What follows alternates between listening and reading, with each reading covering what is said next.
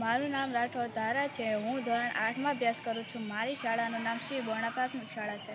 બગીચામાં કે અન્ય જગ્યાએ ઉગતું ઘાસ કાપવા માટે વધુ મહેનત કરવી પડતી હોય છે. આમાં સમય વધારે બગડે છે. તેના સમાધાન માટે સોલર ગ્રાસ કટર બનાવ્યું છે. તેમાં ઘાસ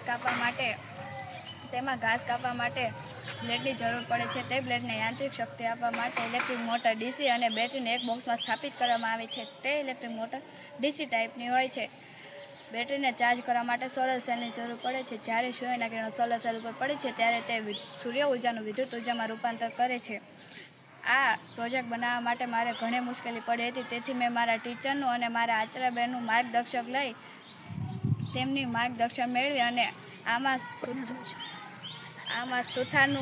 આમાં લુહારનું કામ હતું. તેથી મેં મારું પ્રોજેક્ટ લુહારને જઈને કીધું તેને કે મારે આવી રીતે કરવું છે. ત્યારથી તેને મને લુહારનું કામ કરી આપ્યું. મેં તેને જેવી રીતે કીધું તેવી રીતે તેમને મને કરી આપ્યું. અને હવે હું તમને મારું પ્રોજેક્ટ બતાવીશ તે કેવું કાર્ય કરે છે.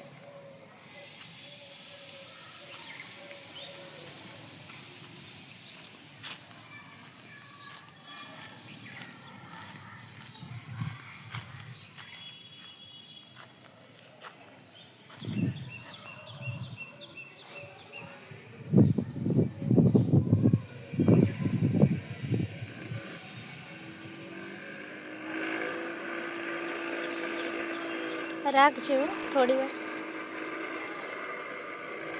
એમને એમ રાખજો.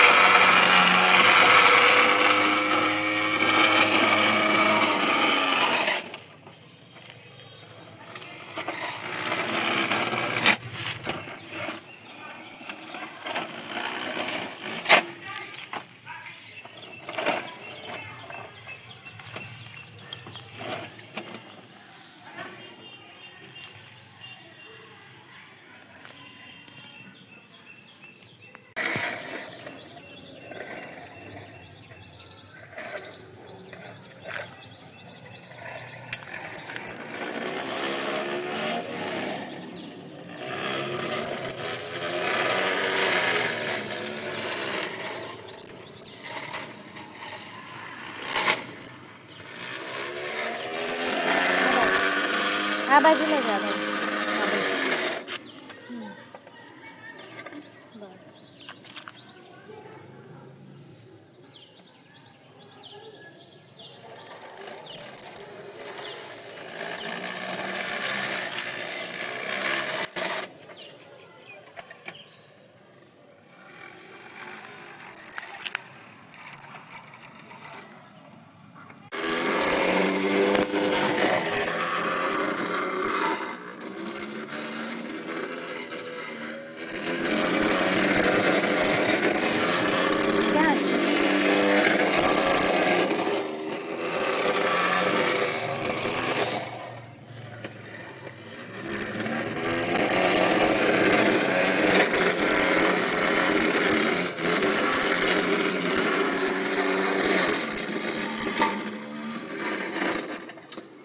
બગીચામાં કે અન્ય જગ્યાએ આ સાધનને ફેરવા માટે આ હેન્ડલને પકડવું પડે છે. આમાં લોખંડનો ઉપયોગ થયો છે. આ સાધનને આપણે બગીચામાં ફેરવા માટે આ નાના ટાયર આપણે અત્યારે ફિટ કર્યા છે. પછી ખાડા પડ્યાવાળી જગ્યાએ ફિટ કરવા માટે આમાં મોટા ટાયરની જરૂર પડે છે. આ ટાયર બતાવો તો, ટાયર સરખા બતાવો છો. ઊંચું હા, રોલિંગ થાય છે ને, ફરે છે ને. હા, અત્યારે આ નાના ટાયર ફિટ કર્યા છે. પછી જો ખાડા ખડિયાવાળી જગ્યા હોય તો તે મોટા ટાયર ફિટ કરવા પડે.